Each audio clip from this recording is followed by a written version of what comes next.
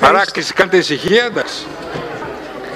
Ευχαριστώ πολύ, κύριε Πρόεδρε. Δεν μπορεί κάποιος να ξεκινήσει να μιλά για τον προϋπολογισμό χωρίς να αναφέρει έστω κάτι από την εκτέλεση του προϋπολογισμού της προηγούμενης χρονιάς. Και εδώ θα σταθώ μόνο σε ένα σημείο, στη μεταφορά των μαθητών, που πραγματικά ήταν υποδειγματική σε όλα τα επίπεδα και η σημερινή Περιφερειακή Αρχή παρέλαβε ένα πρόγραμμα το οποίο είχε πάρα πολλά προβλήματα. Θυμίζω ότι τουλάχιστον στο κομμάτι της Ανατολικής Αττικής, και θα το θυμόμαστε όλοι όσοι ασχολούμασταν, είχε επέμβει μέχρι και η εισαγγελέας για τη διαδικασία της ανάθεσης. Πραγματικά, μέσα σε πολύ λίγο χρόνο έγιναν πάρα πολλά πράγματα, λύθηκαν ακόμη και προβλήματα τα οποία χρόνιζαν στη Δυτική Αττική αναφορικά με τα παιδιά Ρωμά, και αυτή τη στιγμή είναι πάρα πολύ καλά προϋπολογισμένο και πάρα πολύ γενναία προϋπολογισμένο και σε αυτό τον προϋπολογισμό. Λοιπόν, στον προϋπολογισμό που έχουμε σήμερα μπροστά μας, και ο οποίος ουσιαστικά είναι ο πρώτος προϋπολογισμός της σημερινής Περιφερειακής Αρχής, καθώς πέρσι τον Οκτώβριο ψηφίσαμε έναν προϋπολογισμό που εγώ τότε είχα πει ότι είναι 85% προϋπολογισμούς Γουρού και 15% προϋπολογισμούς Δούρου. Τότε μάλιστα ο κύριος Καραμάνος στη δευτερολογία του είχε πει ότι είναι 90% Σγουρού και 10% Δούρου. Μπροστά μας λοιπόν έχουμε έναν προϋπολογισμό ο οποίος έχει δύο χαρακτηριστικά. Είναι ισορροπημένος και είναι ρεαλιστικός. Μέσα στο πλαίσιο το δημοσιονομικό το οποίο ζούμε και στις συμβατικές υποχρεώσεις, μία λέξη η οποία δεν αρέσει καθόλου στην κυρία Κουτσούμπα που μίλησε μόλις προηγουμένως, στις συμβατικές υποχρεώσεις της περιφέρειας. Η παρέμβαση για την Αττική, λοιπόν, ως πρώτο δείγμα των προτεραιοτήτων σας, γιατί αυτό έχουμε σήμερα μπροστά μας, τον κρίνει με μια διάθεση επικοδομητική και όχι από την πολύ ευχάριστη και βολική θέση μιας παράταξης της ελάσσονος αντιπολίτευσης, που είναι πάρα πολύ εύκολο, το μόνο που να κάνει είναι να κουνά το δάχτυλο. Διαβάσαμε πολύ προσεκτικά τις δαπάνες που προϋπολογίζεται και βλέπουμε την ένταξη ή τη συνέχεια πάρα πολλών έργων της προηγούμενης Περιφερειακής Αρχής, τα οποία είναι κυρίως έργα υποδομής. Όμως σε σύγκριση με τα περσινά, γιατί με αυτόν τον τρόπο πρέπει κανείς να δουλεύει στους προϋπολογισμούς, υπάρχει σαφής προτεραιότητα σε έργα αθλητικών υποδομών για την ανάπτυξη του μαζικού προϋπολογισμού και κοινωνικής πολιτικής. Υπάρχει μια διαρκής προσπάθεια μείωσης των λειτουργικών εξόδων. Εδώ όμως να δώσουμε και τα εύσημα στην παράταξη του κυρίου Σγουρού, γιατί αυτή είχε ξεκινήσει από την προηγούμενη Περιφερειακή Αρχή.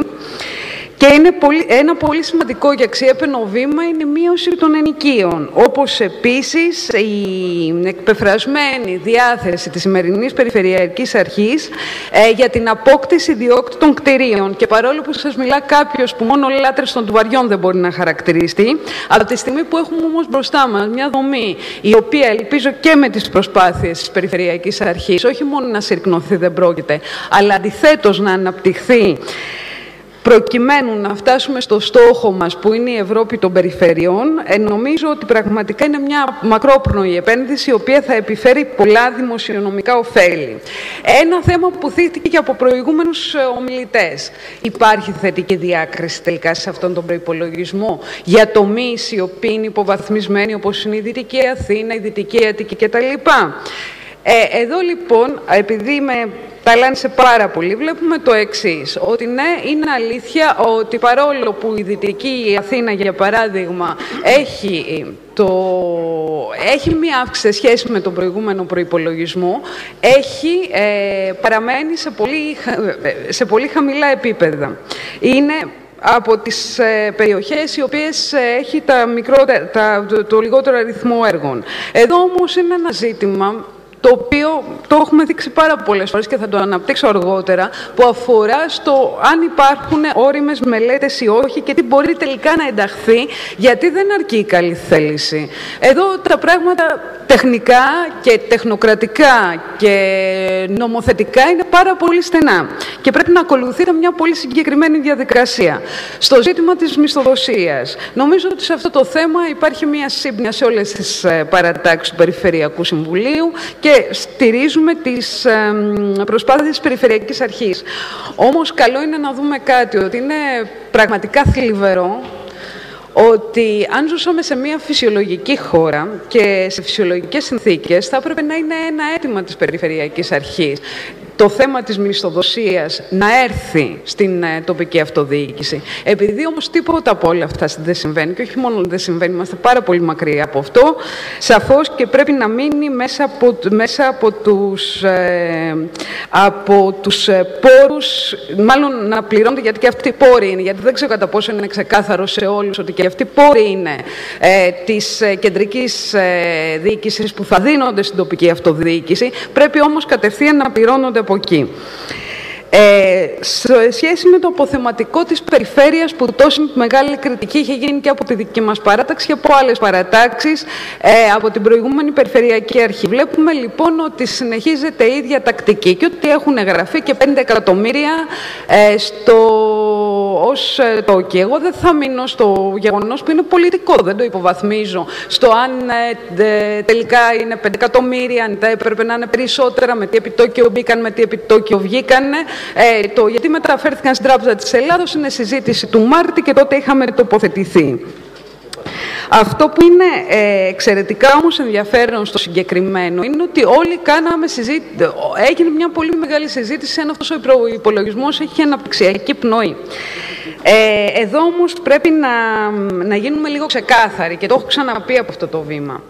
Αναπτυξιακή πνοή δεν μπορεί να υπάρξει αν δεν υπάρχει γενναίο πρόγραμμα δημοσίων επενδύσεων. Και αυτό το έχει δείξει η ιστορία σε πάρα πολλές χώρες, από τις οποίες πέρασε μια λέλαπα αντίστοιχη από αυτή που πέρασε και συνεχίσει να περνά πάνω από την Ελλάδα.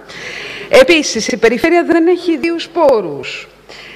Και αυτά τα έργα τα οποία έχουν προϋπολογιστεί, τουλάχιστον σε ένα επίπεδο μικρό και σε ένα μικροοικονομικό επίπεδο, μπορούν να επιφέρουν μια έστω προσωρινή ανάπτυξη. Εμείς είμαστε υπέρ της αναπτυξιακής επιχείρησης, το είχαμε δηλώσει όταν γινόταν και τότε η συζήτηση στο Περιφερειακό Συμβούλιο.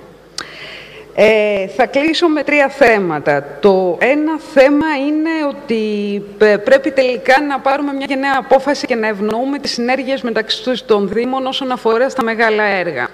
Το να έχει, και φέρνω ένα παράδειγμα από την περιοχή στην οποία ζω, κολυμβητήριο η Νίκαια, κολυμβητήριο Κορυδαλός, κολυμβητήριο το Κερατσίνι, μικρά έστω, τη στιγμή που το μεγάλο κόστος δεν είναι τα ντουβάρια, αλλά είναι η συντήρηση και η λειτουργία μετά, δεν εξυπηρετεί πουθενά. Θα πρέπει να ευνοούνται τις συνέργειες μεταξύ των Δήμων και να καταπολεμηθούν νοοτροπίες, ναι, και εγώ όμως στο τέλος της πενταετίας τι θα δείξω.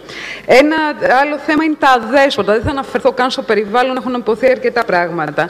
Δεν υπάρχει καμία πρόνοια για τα αδέσποτα. Είχαμε φέρει μια συγκροτημένη πρόταση. Καταλαβαίνουμε ότι δεν υπάρχει το νομοθετικό πλαίσιο, δεν αναπτύχθηκε όμως και καμία πρωτοβουλία το να πάρθουν αρμοδιότητες είτε από τους Δήμους, οι οποίοι συντηρούν κάποιες δομές, οι οποίες τις περισσότερες φορές είναι αμφιλεγόμενες, είτε να γίνει μια παρέμβαση για νομοθετική πρωτοβουλία στο αρμόδιο Υπουργείο Αγροτικής Ανάπτυξης και Τροφίμων. Τελειώνω με τον Καλλικράτη και με την πρόταση που έχω κάνει για το συμμετοχικό προϋπολογισμό. Στη Γενική Συνέλευση της ΕΜΠΕ είχα κάνει 13 προτάσεις για τον Καλλικράτη, μεταξύ των οποίων και ο συμμετοχικός προϋπολογισμός, που είναι η γενικότερη τάση όχι μόνο στην Ευρώπη αλλά και σε πολλές χώρες του κόσμου. Νομίζω ότι ήρθε η ώρα να κάνουμε μια συγκροτημένη συζήτηση εδώ γενικά για τις τροποποιήσεις που πρέπει να εισηγηθούμε ως Περιφέρεια Αττικής συγκροτημένα για τον Καλλικράτη, γιατί είναι ένα εργαλείο που μετά από 4-5 χρόνια εφαρμογής, σαφώς και έχουμε δει ότι έχει δυσκολίες, και γιατί έχει φτιαχτεί, πέρα από τις εγγενείς δυσκολίες, έχει φτιαχτεί και για άλλες οικονομικές εποχές. Ευχαριστώ. Μετά την κυρία Γιαννακάκη.